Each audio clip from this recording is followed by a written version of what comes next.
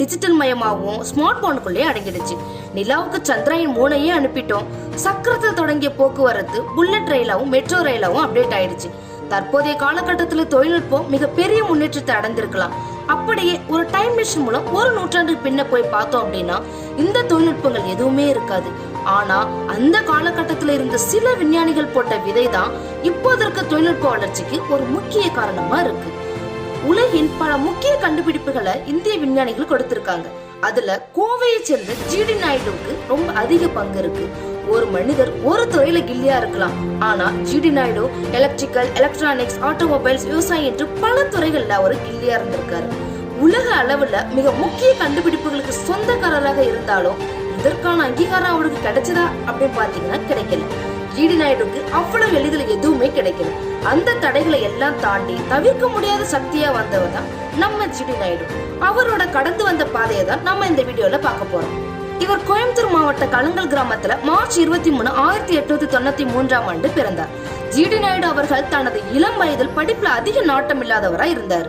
எழுத படிக்க தெரிந்திருந்த இவர் தனக்கு தானே ஆசிரியராக இருந்து தனக்கு விருப்பமான நூல்களை எல்லாம் வாங்கி படிச்சு தன்னோட அறிவுத்திறனை தானே வளர்த்திருக்காரு. ஜிடி நாயுடுக்கு 18 வயசு இருக்கும் போது ஐரோப்பாவை சேர்ந்த ஒருவர் பைக்கில் போறத பாக்குறாரு. அதை பார்த்ததுமே இந்த வண்டியை பத்தி எப்படியாவது தெரிஞ்சுக்கணும் அப்படின்ற ஆர்வம் அவருக்கு அதிகமாகுது. ஒரு ஹோட்டல்ல பணிக்கு போறாரு. அந்த வருமானத்துல பணத்தை சேர்க்கிறாரு. அதே ஐரோப்பா நபரிடம் போய் சென்று அந்த பைக்கை வாங்குறாரு. பைக்கை வாங்கியதும் அவர் செய்த முதல் வேலை அந்த பைக்கை அக்கு வேற ஆணி வேற பிரிக்கிறாரு. அங்கதான் அவரோட ஆட்டோமொபைல்ஸ் பற்றிய ஆர்வம் தொடங்கியது. இளம் வயதுல ஜிடி நாயுடு கோவையில் இருந்த ஒரு மோட்டார் தொழிற்சாலையில் பணிக்கு சேர்ந்தார். பணியில் இருந்த போதே அத்தொழில்நுட்பங்களை கருத்தொன்றி படித்து அறிந்து கொண்டார். சிறிது காலத்திலேயே வேலையை விட்டுட்டு தன்னுடைய ஊதியத்திலிருந்து சேமித்து வைத்திருந்த பணத்துடன் நண்பர்களிடம் கடன் பெற்று திருப்பூரில் ஒரு பருத்தி தொழிற்சாலையை நிறுவினார். அப்போது 1ஆம் உலகப் போர் துவங்கிய காலமா இருந்ததுனால அவருடைய பருத்தி தொழில் சூடு பிடித்தது. அவருடைய அபரிதமான வர்த்தக திறமை குறுகிய காலத்திலேயே திருப்பூரில் விரல் விட்டு எண்ணக்கூடிய லட்சாதிபதியின் ஒருவரா இவர் திகழ்ந்தார். தனி முதலாளியா இருக்க விரும்பாத நாயுடு வேறு சிலரையும் கூட்டு சேர்த்து கொண்டு யுனைடெட் மோட்டார் சர்வீஸ் என்ற நிறுவனத்தை துவக்கினார். அந்நாளிலேயே பயணிகளுக்கான வசதிகள், ஓட்டுநர்களுக்கு தங்கும் இடம் போன்ற வசதிகளை செய்து காட்டியவர் நம்ம நாயுடு. முதலாக அவருடைய நிறுவனத்தை சேர்ந்த பேருந்துகள் புறப்படும் நேரத்தை காட்டும் கருவி ஒன்றை கண்டுபிடித்து பேருந்து நிலையங்கள்ல வைத்து சாதனை படைத்தார்.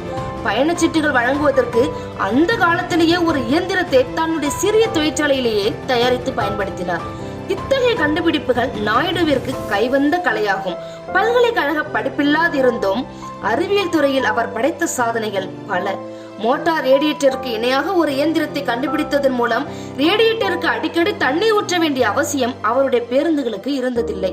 என்ஜின் ஓடிக்கொண்டிருக்கும் போதே அதன் அதிர்வு விகிதம் அதிகமா குறைவா என்பதை கண்டுபிடிக்க வைப்ரேட்டர் டெஸ்டர் என்ற இயந்திரத்தையும் கண்டுபிடித்து அயல் நாட்டு விஞ்ஞானிகளுக்கு இணையாக நம் நாட்டிலும் அறிவியல் துறையில் சாதனை புரிய இயலும் என்ற உலகுக்கு நிரூபித்தவர் நம் நாயுடு அவர்கள்.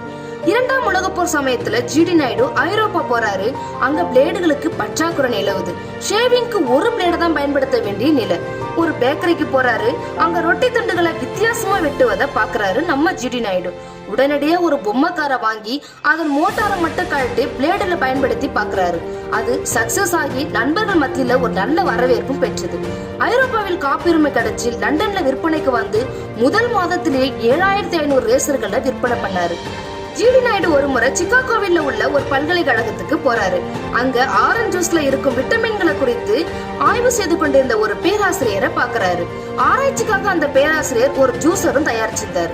ஆனா அந்த ஜூஸ் தயாரிக்கும் போது ஆரஞ்சு விதைகள் வீணாவதுடன் சுவையும் மாறுவதா அவர் சொல்றாரு.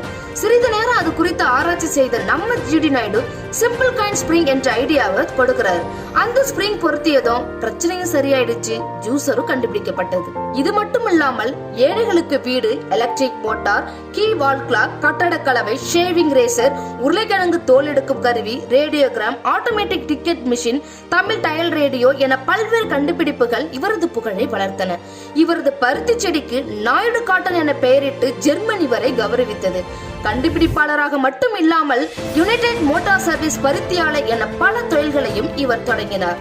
நாயுடுவின் கண்டுபிடிப்புகள் பலவும் அதிக அளவில் நாட்டுக்கு பயன்படாமல் போனதற்கு காரணம் அன்றைய அரசு அவர் மேல் திணித்த அதிகபட்ச வரி.